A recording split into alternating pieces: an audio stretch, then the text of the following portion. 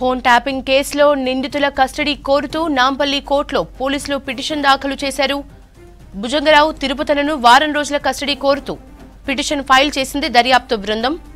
భుజంగరావు తిరుపతనలకు వ్యక్తిగతంగా నోటీసులు జారీ చేసింది నాంపల్లి కోర్టు. అయితే కస్టడీ పిటిషన్పై నోటీసులు వచ్చాక కౌంటర్ పిటిషన్ దాఖలు చేస్తామన్నారు నిందితుల తరపున న్యాయవాదులు. ప్రస్తుతం ఇద్దరు నిందితులు చంచల్గూడ జైల్లో ఉన్నారు. నిందితుల్ని కస్టడీలోకి తీసుకుని విచారిస్తే మరిన్ని విషయాలు వెలుగులోకి వస్తాయని పోలీసులు భావిస్తున్నారు. ఫోన్ ట్యాపింగ్ కేసులో నిందితుల కస్టడీకి కోరుతూ నాంపల్లి కోర్టులో పోలీసులు పిటిషన్ దాఖలు చేశారు. భుజంగరావు తిరుపతనను వారం రోజుల కస్టడీ కోరుతూ పిటిషన్ ఫైల్ చేసింది దర్యాప్తు బృందం. భుజంగరావు తిరుపతనలకు వ్యక్తిగతంగా నోటీసులు జారీ చేసింది నాంపల్లి కోర్టు. అయితే కస్టడీ పిటిషన్పై నోటీసులు వచ్చాక కౌంటర్ పిటిషన్ దాఖలు చేస్తామన్నారు నిందితుల తరపున న్యాయవాదులు. ప్రస్తుతం ఇద్దరు నిందితులు చంచల్గూడ జైల్లో ఉన్నారు. నిందితుల్ని కస్టడీలోకి తీసుకుని విచారిస్తే మరిన్ని విషయాలు వెలుగులోకి వస్తాయని పోలీసులు భావిస్తున్నారు. డీటెయిల్స్ అజయ్ అందిస్తారు. అజయ్, ఫోన్ ట్యాపింగ్ విచారణకు సంబంధించిన అప్డేట్స్ ఏంటి? సంచలనంగా మారిన ఫోన్ ట్యాపింగ్ వ్యవహారానికి సంబంధించి ఇప్పటికే ప్రణీత్ రావు నుండి చాలా కీలకమైన సమాచారం సేకరించిన విషయం తెలిసిందే. దాని తర్వాత పోలీసు ఉన్నతాధికారులకు సంబంధించి ఇటు భుజంగరావు తిరుపతన్న ఇద్దరిని కూడా విచారించిన తర్వాత వాళ్ళ నుండి కొంతవరకు కీలకమైన సమాచారం సేకరించారు. అయితే ప్రణీత్ రావు విచారణలో భాగంగా అనుకోవచ్చు, ఇటు భుజంగరావు తిరుపతన్న విచారణలో భాగంగా కూడా ఇటు ప్రభాకర్ రావు ఎవరైతే మాజీ ఇంటెలిజెన్స్ చీఫ్ ఉన్నాడో ప్రభాకర్ రావు చెప్పిన విధంగానే మేము చేశాము, అన్ని కూడా అతని ఆదేశాలు అతని గైడ్ లైన్స్ ఆధారంగానే చేశాము అనేది కొంతవరకు వీళ్ళు కన్సెషన్ స్టేట్మెంట్ కూడా ఇచ్చినట్లు మనకు సమాచారం అందుతుంది. అయితే భుజంగరావుని తిరుపతన్నని విచారిస్తే మరి కాస్త ఇన్ఫర్మేషన్ వస్తుందని అధికారులు భావిస్తున్న నేపథ్యంలో ఇప్పటికే పంజాగుట్ట పోలీసులు నాంపల్లి కోర్టులో వీళ్ళిద్దరు సంబంధించి కస్టడీ పిటిషన్ కొద్దిసేపటి క్రితమే దాఖలు చేశారు. వారం రోజుల పాటు కూడా ఇటు భుజంగరావు తిరుపతన్నను కస్టడీలోకి ఇస్తే మరింత సమాచారం సేకరించడంతో పాటు ఇటు ఫోన్ ట్యాపింగ్ వ్యవహారంలో ఇటు పోలీసు ఉన్నతాధికారులు కావచ్చు, లేకపోతే రాజకీయ నాయకులు ఇంకెవరెవరు ఇన్వాల్వ్ అయి ఉన్నారు అనే దానిపైన ఒక క్లారిటీ వస్తుందని అధికారులు భావిస్తున్నారు. సో దీంతో పాటు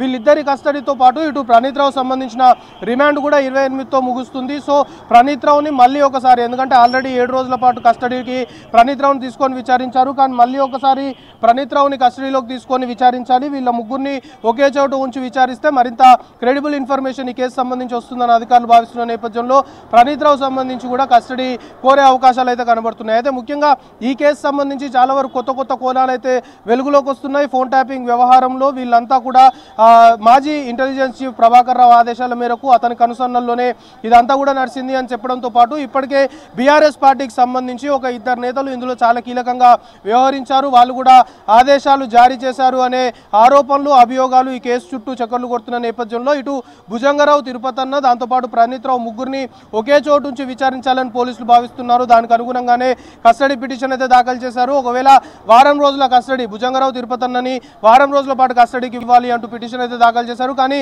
ఈరోజు మధ్యాహ్నము ఆఫ్టర్ లంచ్ ఈ పిటిషన్ సంబంధించి ఒక క్లారిటీ వచ్చే అవకాశం ఉంటుంది. వారం రోజులు పోలీసులు కోరినట్లు వారం రోజుల కస్టడీకి న్యాయస్థానం అనుమతిస్తుందా, లేకపోతే ఎన్ని రోజుల కస్టడీకి అనుమతిస్తుంది అనేది వేచి చూడాల్సిన అవసరం ఉంది. దీంతోపాటు ఈ కేసులో మరొక యాంగిల్ కూడా తెరపైకి వస్తుంది. ఏసీబీకి సంబంధించిన అధికారులు కూడా ఈ కేసు సంబంధించి కొంతవరకు నిఘా పెట్టినట్టు తెలుస్తుంది. ఎందుకంటే ఎవరైతే రిమాండ్లో ఉన్నారో వీళ్ళందరూ కూడా అక్రమాస్తులు కూడా కట్టుకున్నారు. పెద్ద మొత్తంలో కూడా ఇటు రియల్ ఎస్టేట్ సంబంధించిన వ్యాపారులు కావచ్చు, లేకపోతే హవాలా దందా నిర్వహించే వారి ఫోన్ ట్యాప్ చేసి పెద్ద మొత్తంలో కూడా వసూళ్లకు పాల్పడ్డారు అనే ఆరోపణలు అభియోగాలు కూడా తెరపైకి వస్తున్న నేపథ్యంలో ఇటు ఏసీబీ కూడా ఈ కేసు పైన కొంతవరకు నిఘా పెట్టింది అనేది మనకు అందుతున్న సమాచారం. వాళ్ళు కూడా దీనికి సంబంధించి కొంతవరకు కేసుకు సంబంధించి వివరాలు తీసుకోవడంతో పాటు వీళ్ళ ఆస్తులకు సంబంధించి కూడా వివరాలని ఏసీబీ అధికారులు గ్యాదర్ చేసే అవకాశం ఉంది. సో మొత్తానికి భుజంగరావు తిరుపతన్న కస్టడీ పిటిషన్ సంబంధించి ప్రస్తుతానికైతే నాంపల్లి కోర్టులో కస్టడీ పిటిషన్ దాఖలు చేశారు పోలీసులు. సో మధ్యాహ్నము